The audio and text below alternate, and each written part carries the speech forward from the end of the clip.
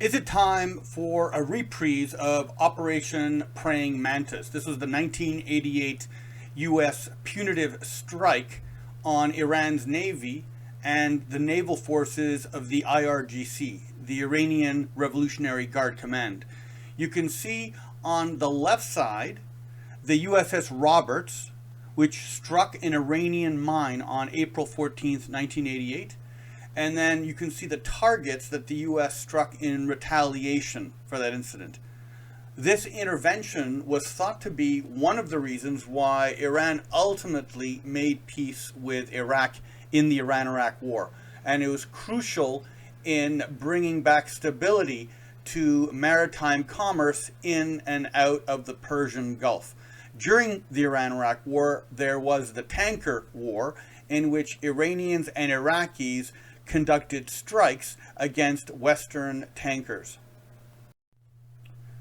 This discussion is based on an article that I wrote with Alexandru Philip in Real Clear Defense, in which we examine the tactical and the strategic implications of a U.S. action against Iran.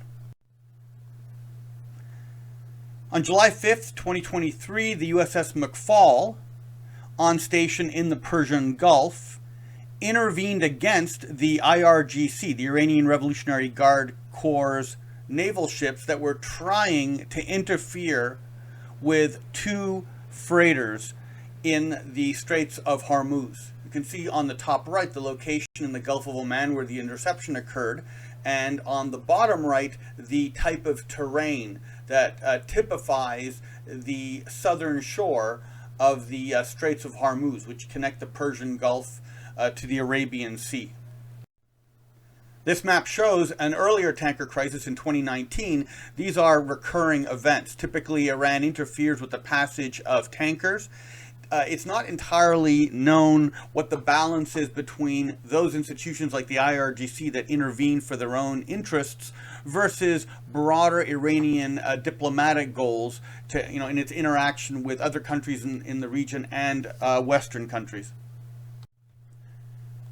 So a week after the incident in July, U.S. Secretary of Defense Lloyd Austin warned of a buildup that would include the USS Thomas Hudner, which is an Arleigh Burke-class destroyer, along with F-35, F-16, and even A-10 aircraft deployed to Persian Gulf bases.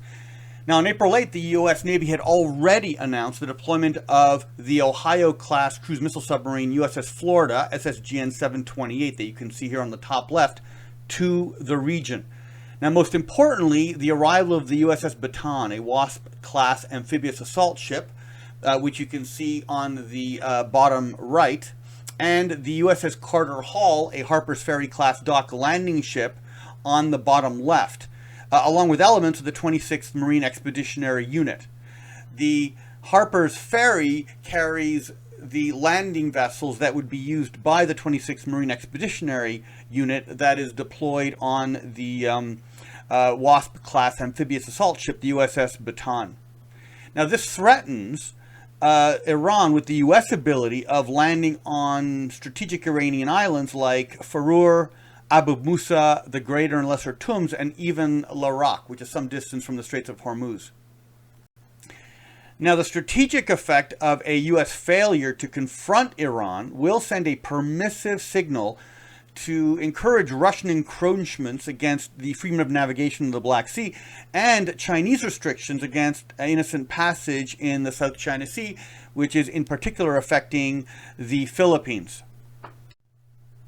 Now, here you can see the 26th Marine Expeditionary Unit. You can see from the organogram on the left that it's depicted as a regiment, but in fact it's a battalion with supporting naval and aviation assets.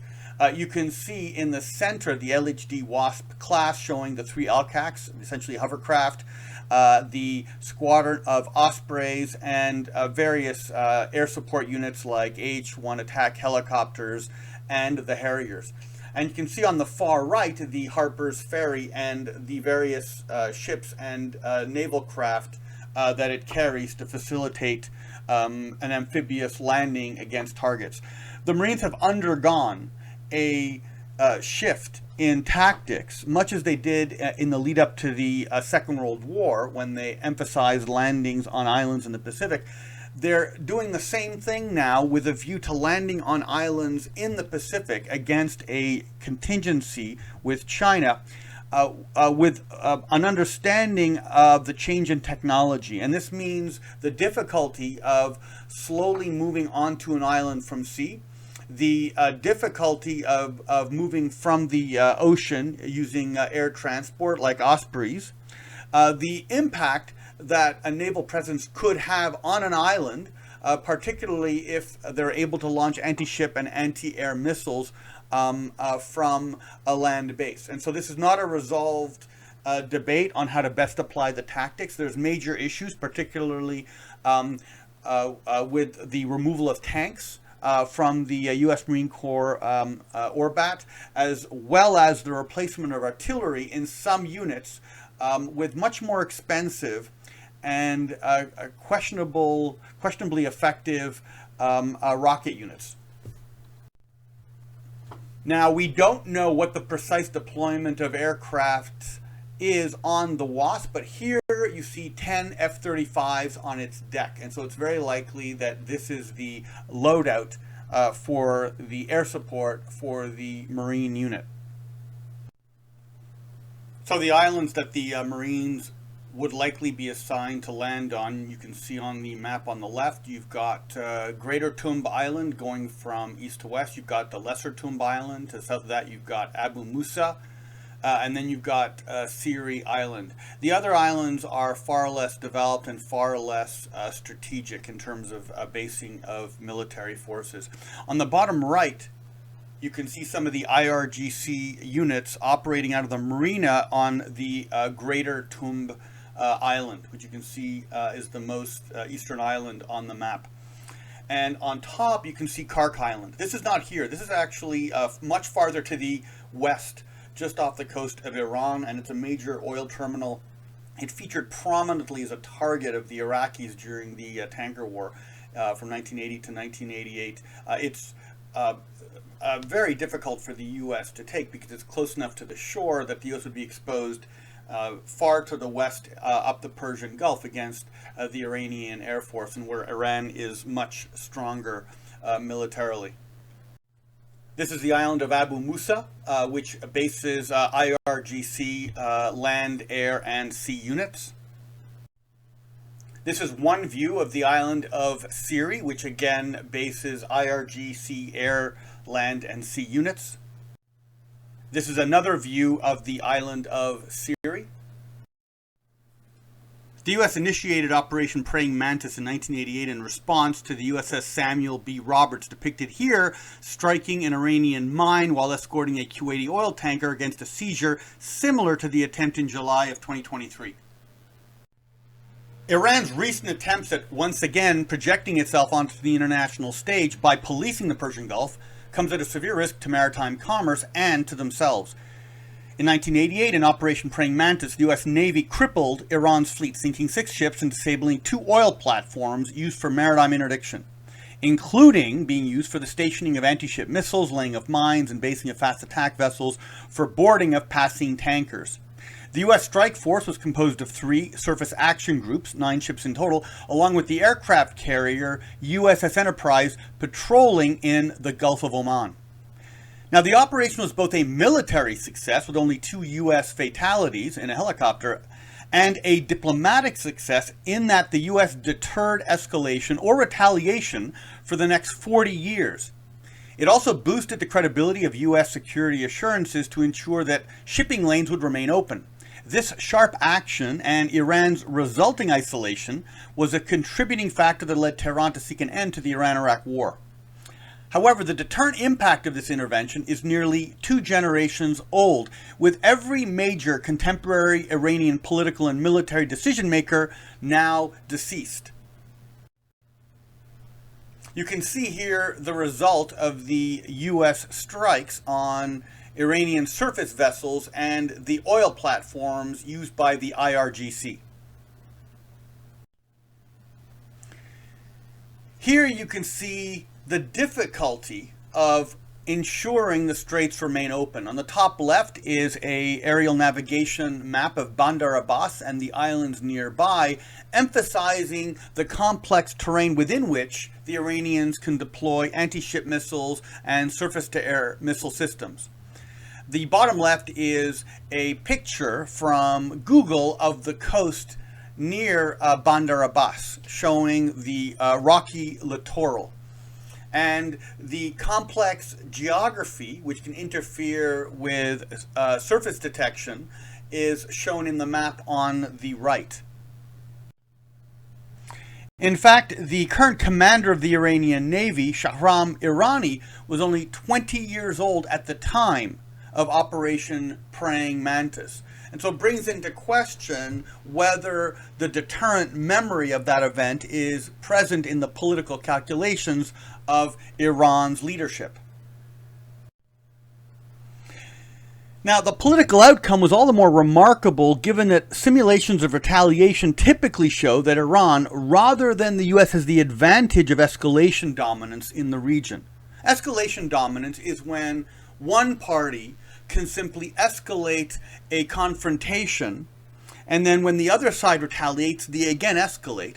And if you follow through this mutual escalation, the side that ultimately can continue escalating has escalation dominance. In other words, at some point, Iran can bring more resources to bear than the US can, given the US's multiple responsibilities in different regions of the world.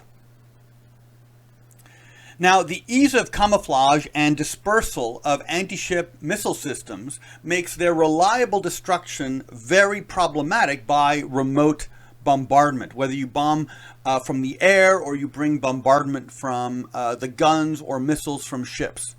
It's very difficult unless you've got landed raiding parties or Marines actually physically destroying these systems. In fact, no coastal anti-ship missile system has ever been confirmed destroyed from an offshore bombardment.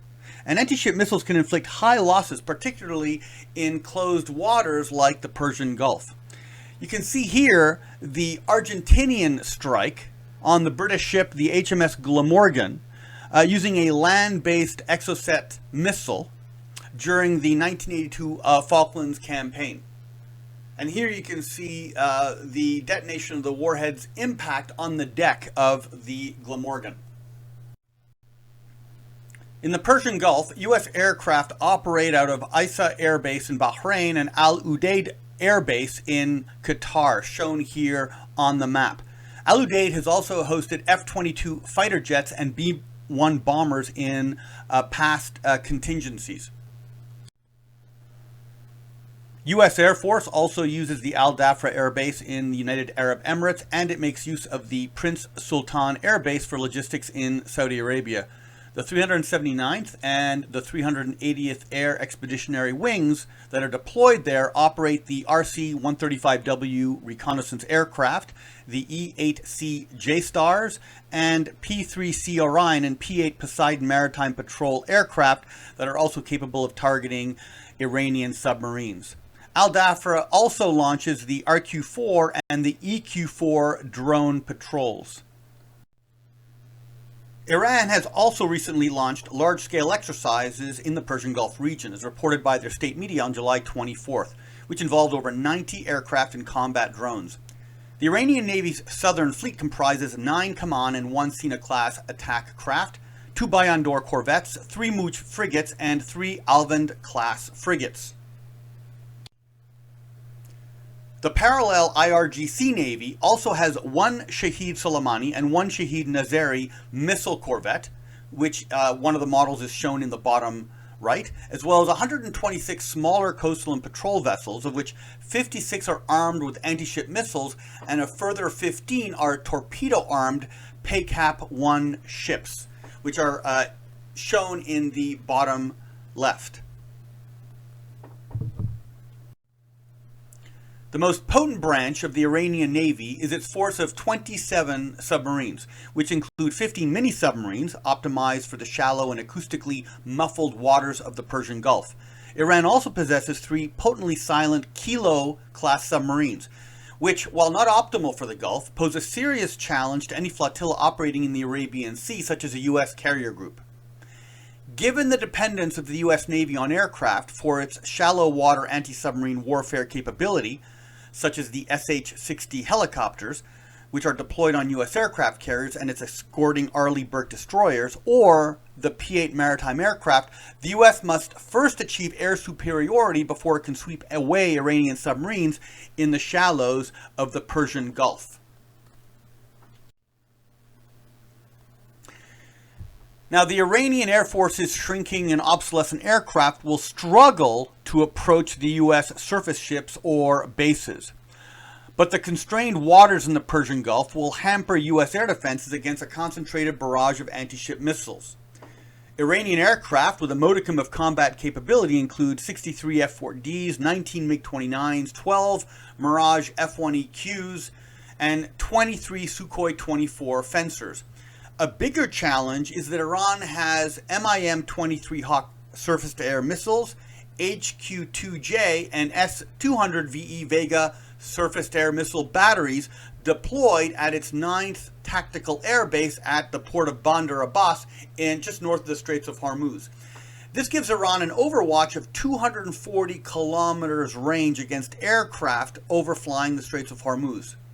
Effectively, the entire access to the Persian Gulf as well as its approaches. And this enables Iran to have an anti-access area denial capability.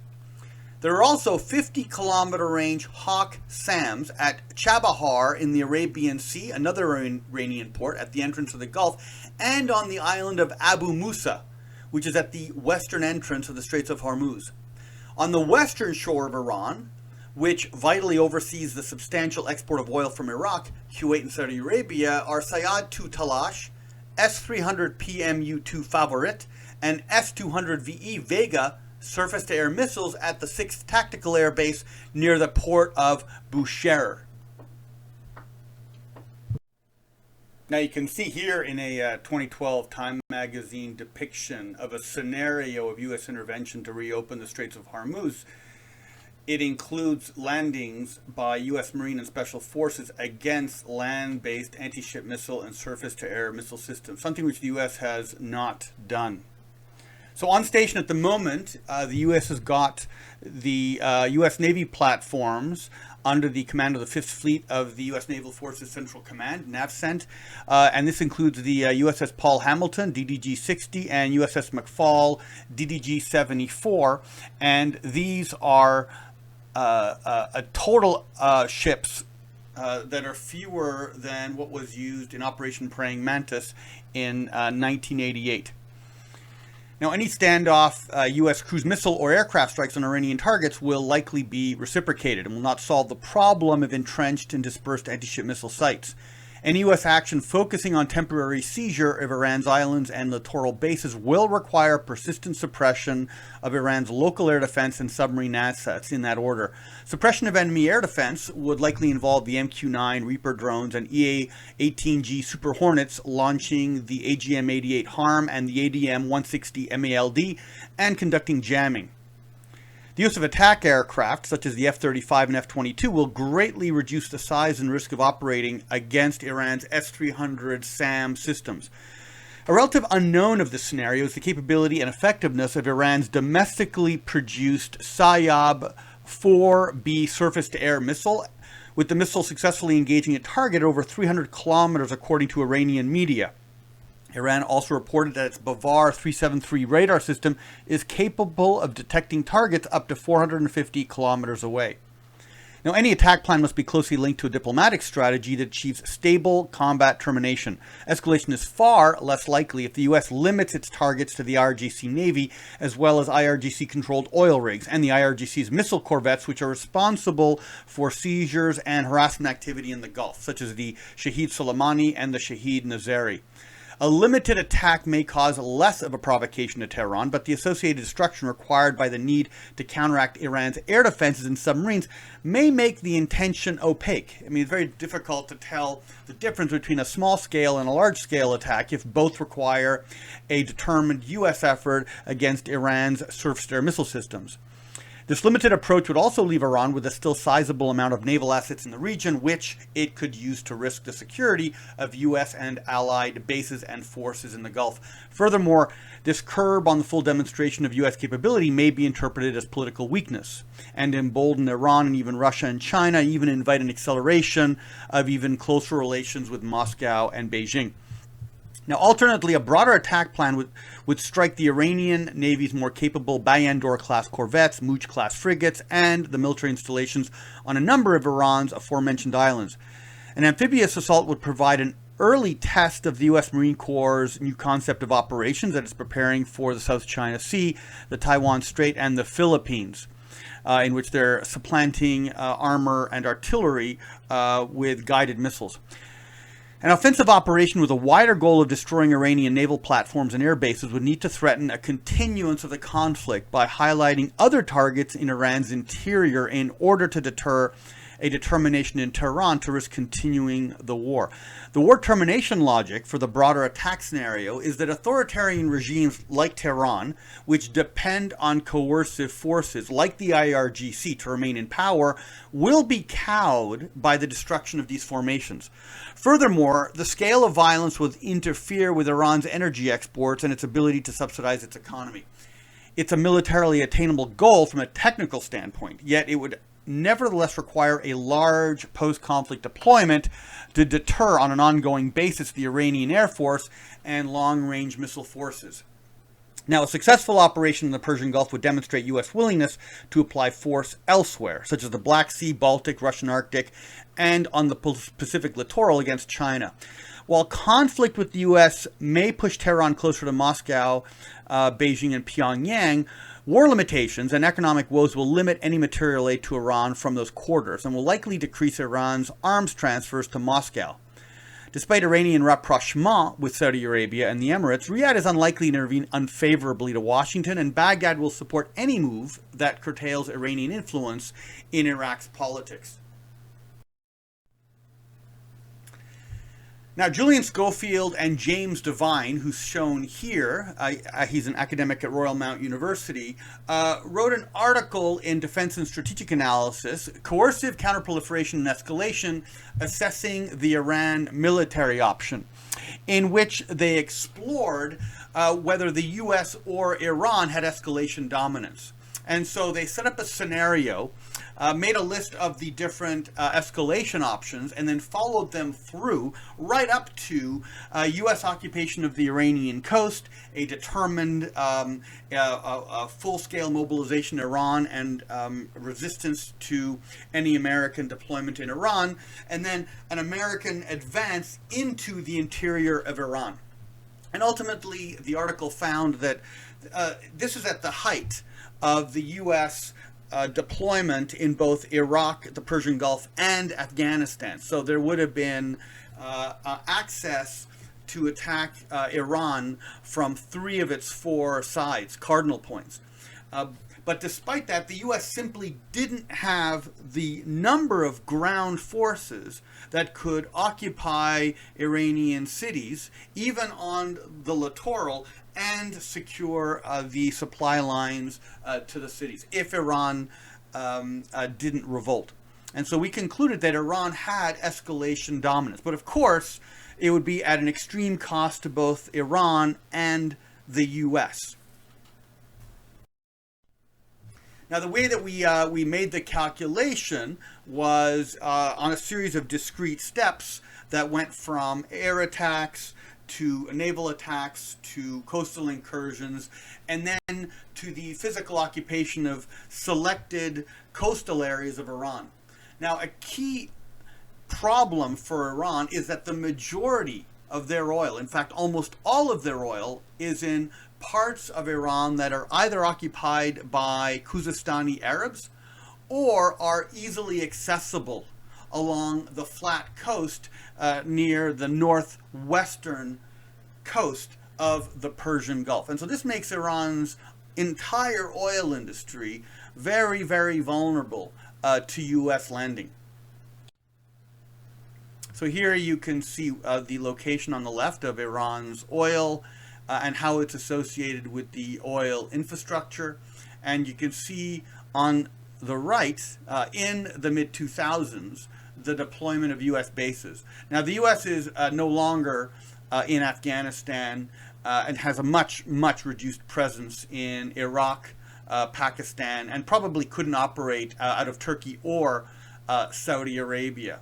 So Iran, given those factors, has even more escalation dominance. And so any U.S. strike would face the problem of having to achieve war termination.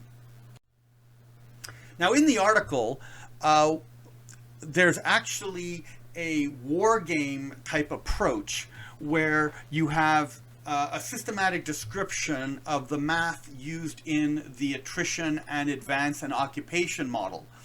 And the geography that was used, because it's systematic, reproducible, is the Gulf Strike war game by Mark Herman, which is very well researched as far as the infrastructure goes. And so we used his attrition model also, interpreted through a sequential Excel file type of Lanchester a square law for the attrition, and basically played the simulation out to its conclusion, where the U.S. occupied certain points, and then we examined at what point the U.S. ran out of forces to further enter Iran's interior.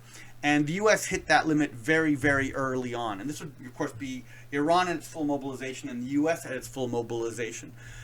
The U.S., even in the mid-2000s, lacked the scale of forces to be able to occupy even a quarter of Iran's inhabited areas.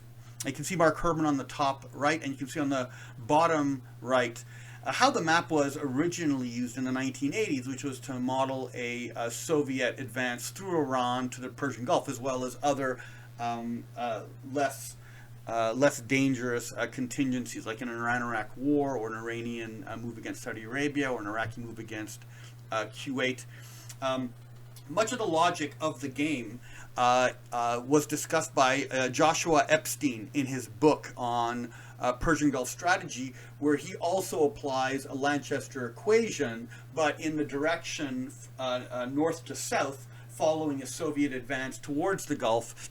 And there he compared the use of American tactical nuclear weapons on Iranian infrastructure versus the Soviet engineering capacity to clear Earth and reestablish infrastructure, as well as maintain logistics to forces advancing in the south.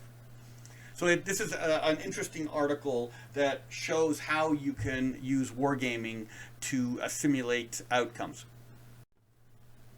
Here you can see some of the detail on Mark Herman's map from Gulf Strike, showing Esfahan, which really marked the deepest the U.S. could penetrate Iran before running out of troops. So this is a casualty table that is the result of the model that was applied in the article by James Devine, and it showed each of the advanced columns and the costs that it would have inflicted on the U.S. and the Iranians. Now, logically, the economic costs and the impact on the balance of power equilibrium would have been much greater than the simple loss of life. Regional allies of Iran, as well as neutral countries, would have shifted their positions at the U.S. intervention in the Middle East. Major powers would likely have counterbalanced the U.S. action by seeking to exploit the lack of a U.S. presence in other parts of the world. But ultimately, this is meant to demonstrate that the U.S. does not have escalation dominance in the Persian Gulf, and therefore war termination can't be based solely on the military capability or the military damage inflicted by the U.S., but must have a political component. And so the takeaway from this discussion is, on the one hand, it is important that the U.S. remind Iran of the consequences, particularly to Iran's military forces and those elements of the IRGC that help sustain the regime. But on the other hand, the U.S. has to think about how to stop the violence by either inflicting so much damage that Iran is physically not able to operate to the Straits of Hormuz, which is very, very unlikely, or leave enough of Iran's military force that the Navy itself is not affected, so Iran doesn't suffer any loss of security, but damage the IRGC so that the current regime that is in power in Tehran is the one that suffers the brunt of the damage.